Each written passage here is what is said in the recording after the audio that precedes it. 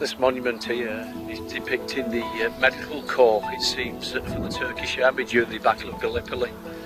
They were apparently brought here, like most medical centres in the First World War. They would often be taken and treated and hopefully stitched up, I suppose, and back on the battlefield or sent home. In this case, all these graves here. And I'm only guessing that maybe they have no known grave. Just like you go to the Menin Gate in Nice in Belgium.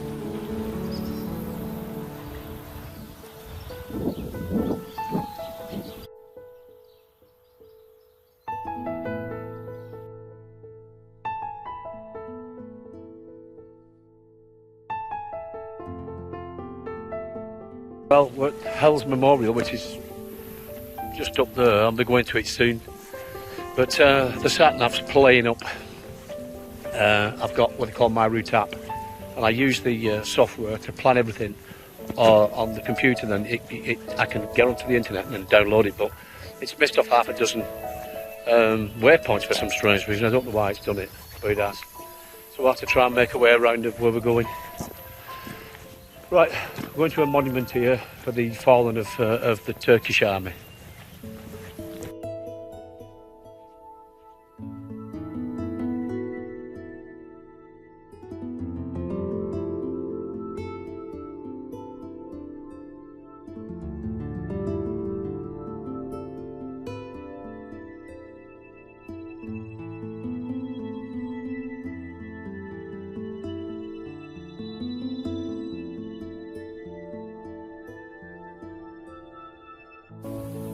Well, that's the beach that they would have been able to fire on where the British would have been.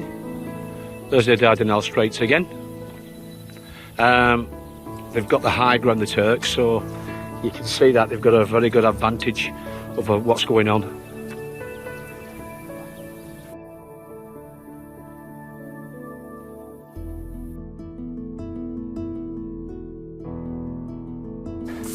Oh, this is a Turkish pillbox, and if you've noticed, very similarities to how this is formed to the German side of things as well.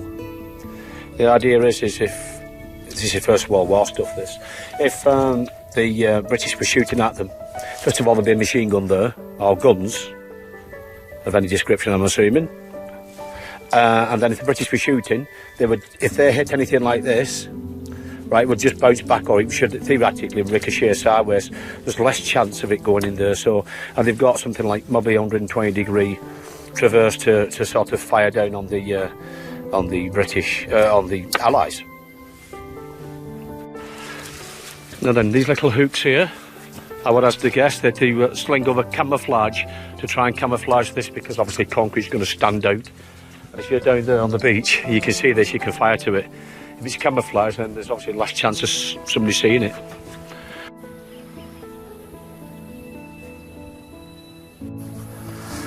Not sure if you can see the fort itself. I'll show you in a minute. Then obviously the British landing there. There's the fort, and it looks as though, look on the map, or on the drawing, I should say, or the model, then the British would have landed around this area. Obviously, they're trying to capture that, definitely.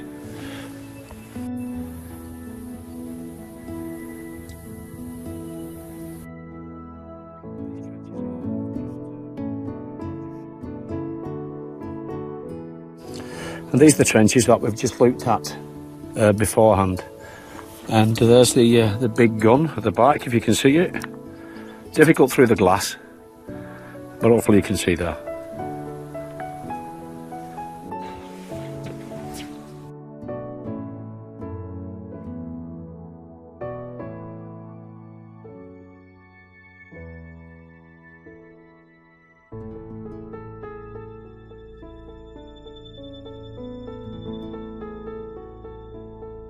Well, this back of the gun is obviously supported, and then this is where it would be pulled around this way to so it can swing round to fire in most directions. That's got to be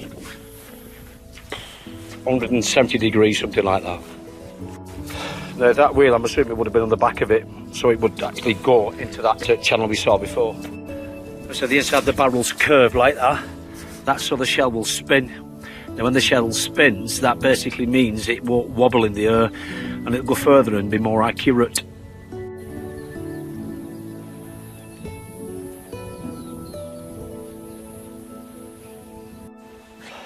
The Allies basically nicknamed every section of the beach by letters. The one where we just overlooked before, again the trenches and the big gun, is called V Beach.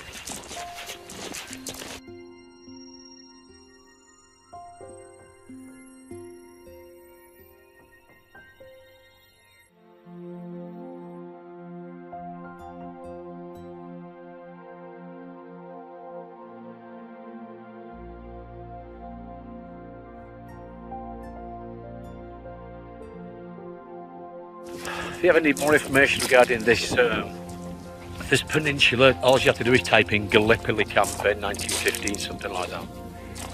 The thing is all these graves here, all the British graves and the Commonwealth graves and the Allied graves are all looked after by the Commonwealth War Graves Commission, and they tend to little places like this, make sure it's respectable, and they've just what they call it, I can't describe what they do really, they just basically tend to it to make sure it's pristine. That's what they do. You can see all this all over the world wherever you go.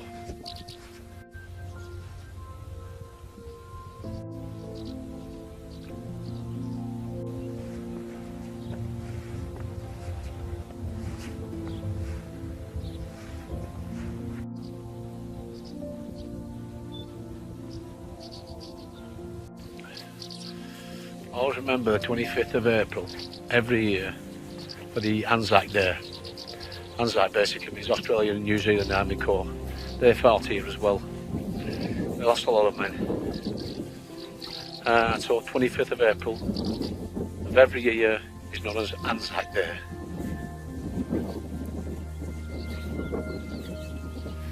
We will remember them.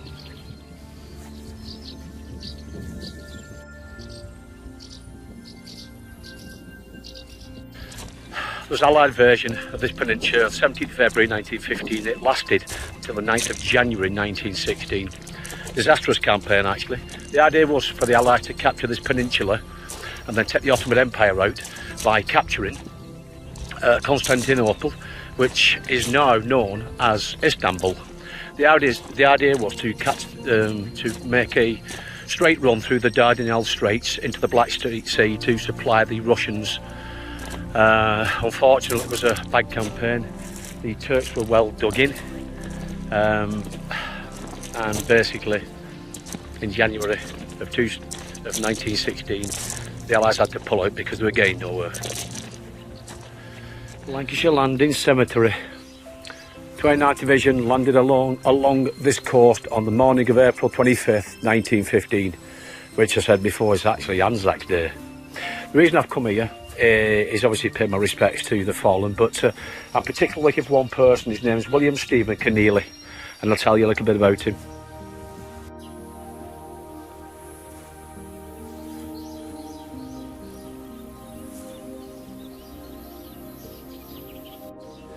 This is William Stephen McKinley.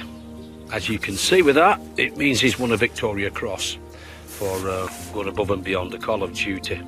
He won it along with another 5 guys from the Lancashire Fusiliers on the first day they landed. They'll always be known as 6 VCs before breakfast. If you ever go to Bury itself, the Lancashire Fusiliers museums there, you can go and have a look round and it'll tell you all about him. This guy, he was actually born in Wrexham, oh no, Wexford, sorry, but he grew up in my town of Ashton Makerfield, and he was a minor at 13 and then eventually joined the Lancashire Fusiliers. He survived that campaign, but however he died in another campaign called the Battle of Gully Ravine on the 28th of June 1915, and this is where he's buried.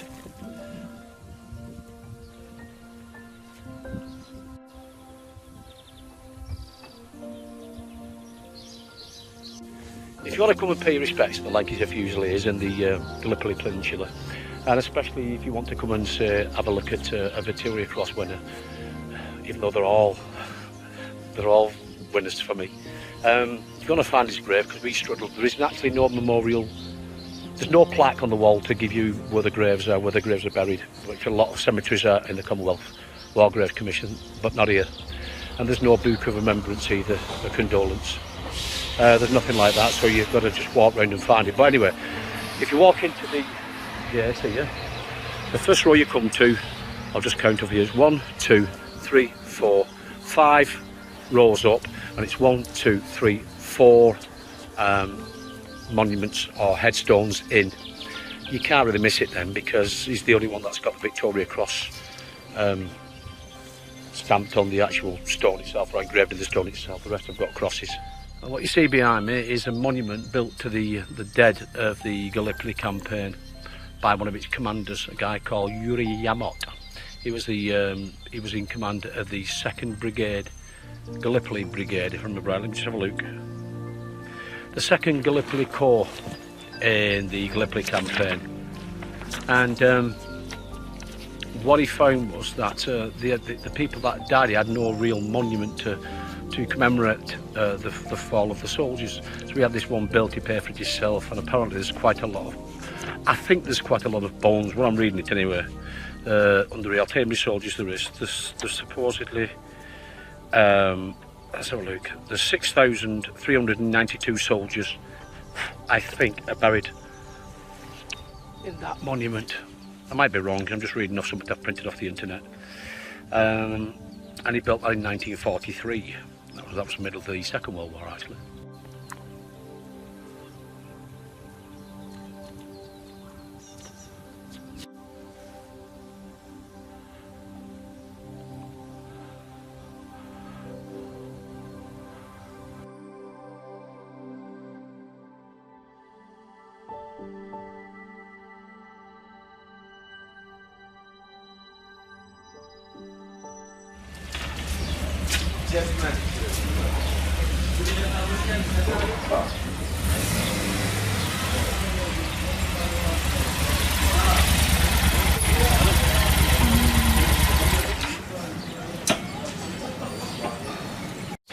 Somewhere in a little village somewhere, I'm not sure where we are.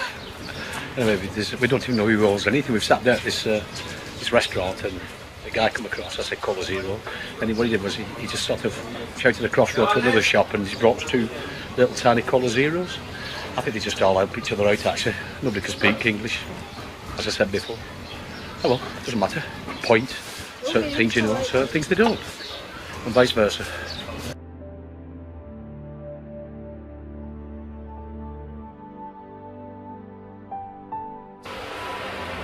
It looks as though it's very touristy here. I'm at Lone Pine Cemetery anyway, a Lone Pine Cemetery. There's that many people just turned up now that it's impossible to get a picture on its own.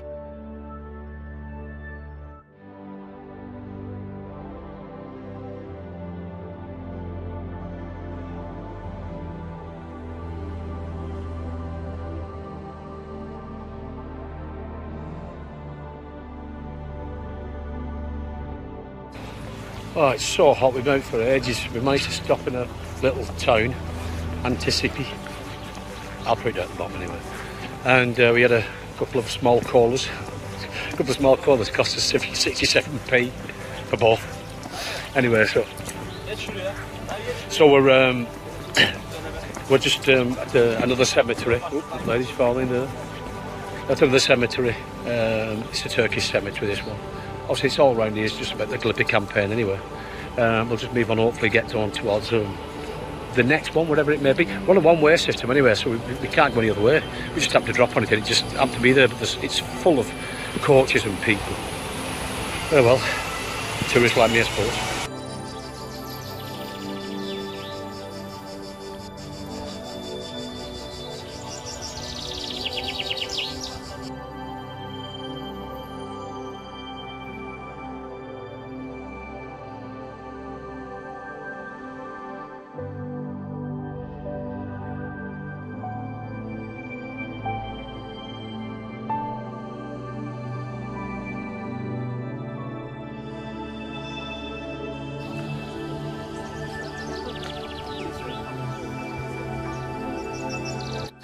I think we're at Chunuk Bar, looking on my on my waypoints.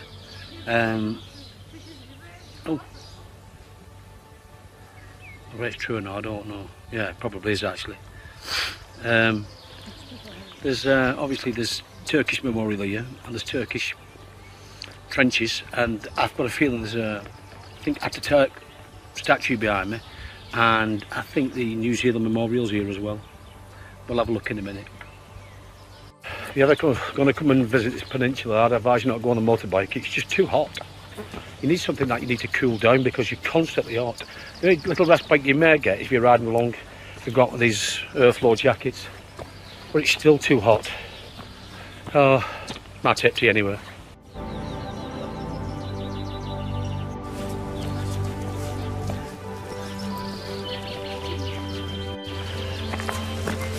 It was really nice for the Turks to honour the dead of both the Allies and obviously their own as well, which you can tell.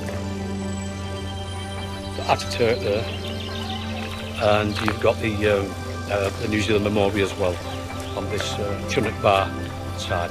End of the day, there's no more war between these guys because they've all passed away. So maybe we should think otherwise regarding our future wars. Is it worth it? Not really. I look at these places just to pay my respects to the fallen. Really, you